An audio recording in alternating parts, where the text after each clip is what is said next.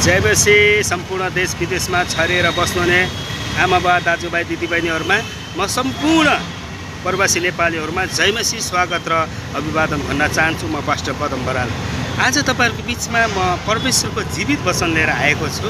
तपाईले ध्यान दिएर वचनलाई सुन्नुहोला। यो वचनले तपाईको जीवनमा ठूलो कार्य गर्नेछ। हालेलुया। प्रियहरू, आज भन्दा 20 वर्ष अगाडि यो संसारमा म पनि तपाईहरु जस्तै जीवनमा उताप चढावको जीवन जिइरहेको थिएँ। कष्ट, आपद, विपद, ठक्कर, निराश, एक्लोपनको जीवन जिइरहेको थिएँ।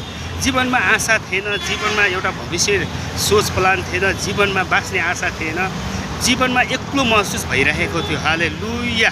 तर जीवनमा यात्रा गर्ने क्रममा एक दिन मैले एउटा साथीबाट प्रभु येशूको बारेमा सुने र मलाई धेरै त्यो कुराले चाहिँ टच गर्यो अनि मैले विश्वास गरेँ। हालेलुया।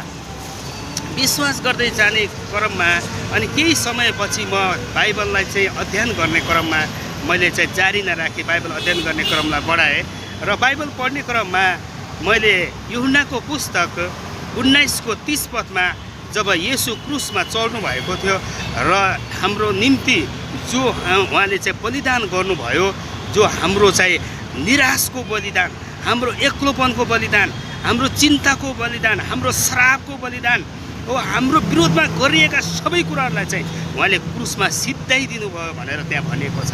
हालेलुया।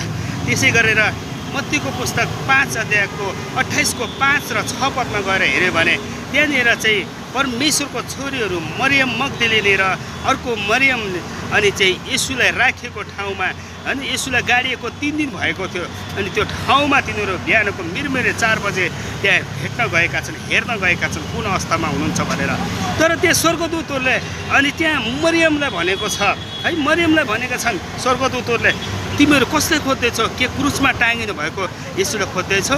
उहाँले भन्नुभयो बमोजिम उहाँ चाहिँ मृत्युबाट जीवित भई पौडी उठिसक्नु भएको छ। प्रियहरू, म तपाईलाई उत्साह गर्न चाहन्छु। आज तपाईको जीवनमा आशा मरिरहेको छ भने येशूलाई विश्वास गर्नुहोस्। उहाँ चाहिँ जीवित भएर पौडी उठिसक्नु भएको छ। तपाईको आशा चाहिँ जीवित हुनेछ। तपाईले विश्वास गर्नुभयो भने आज तपाईको चाहिँ योजना जीवित हुनेछ, तपाईको बिजनेस जीवित हुनेछ, तपाईको घरना जीवित हुनेछ, तपाईको सोच जीवित हुनेछ। तपाईले नयाँ जीवनमा नयाँ आशा, नयाँ बल पाउनु हुनेछ, किनकि येशू मृत्युबाट जीवित भई पौडी उठिसक्नु भएको छ।